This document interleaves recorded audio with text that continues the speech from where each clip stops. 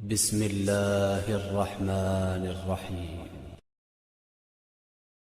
ابن عباس روایت کرتے ہیں کہ میں نبی کی خدمت میں حاضر تھا، موجود تھا۔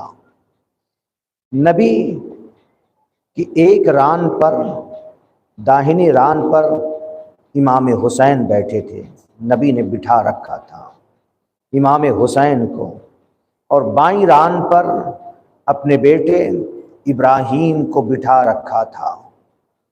ابن عباس بیان کرتے ہیں کہ نبی اکرم کی خدمت میں جبریل امین حاضر ہوئے، اللہ کا سلام پہنچایا، اور سلام پہنچانے کے بعد یہ کہا کہ اللہ یہ کہہ رہا ہے کہ اے میرے حبیب، میں تمہارے دونوں بیٹوں کو باقی نہیں رکھوں گا۔ کتنا سخت ہے، دونوں بیٹوں کو باقی نہیں رکھوں گا، صرف ایک کو باقی رکھوں گا۔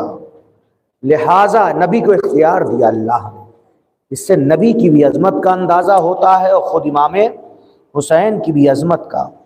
معمولی نہیں ہے یہ روایت، آسانی سے سن لیتے ہیں لوگ، معمولی نہیں ہے کہ اللہ تعالیٰ اختیار دے رہا ہے نبی اکرم کو کہ دونوں کو باقی نہیں رکھوں گا، ایک کو باقی رکھوں گا، ایک کو اٹھا لوں گا۔ لہٰذا نبی کو اختیار دیا کہ ایک کو دوسرے پر قربان کر دیں، ایک کو دوسرے کے لیے فدیہ بنا دیں۔ نبی اکرم نے جب یہ جبریل نے پیغام پہنچایا، نبی اکرم نے اپنے بیٹے ابراہیم کو دیکھا اور آنکھوں سے آنسو گرنے لگے۔ بیٹا ہے نا،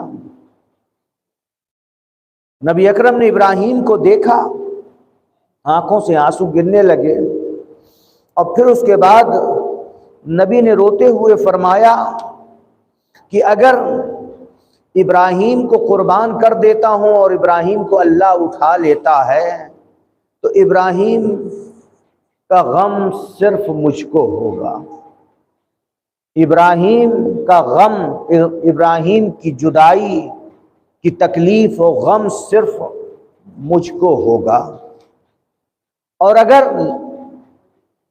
حسین کو فدیہ کر دیتا ہوں اور اللہ حسین کو اٹھا لیتا ہے تو اس کا غم، اس کی تکلیف مجھ کو بھی ہوگی، میری بیٹی فاطمہ اور علی کو بھی ہوگی۔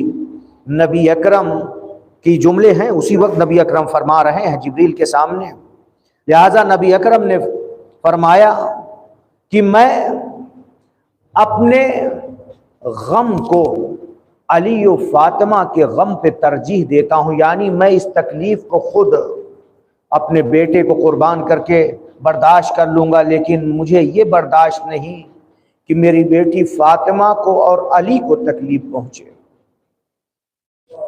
نبی کتنی محبت کرتے تھے، اس واقعے میں بہت سارے پہلو ہیں۔ علی سے بھی کتنی محبت کرتے تھے کہ علی کو تکلیف نہ پہنچے، میری بیٹی فاطمہ کو تکلیف نہ پہنچے۔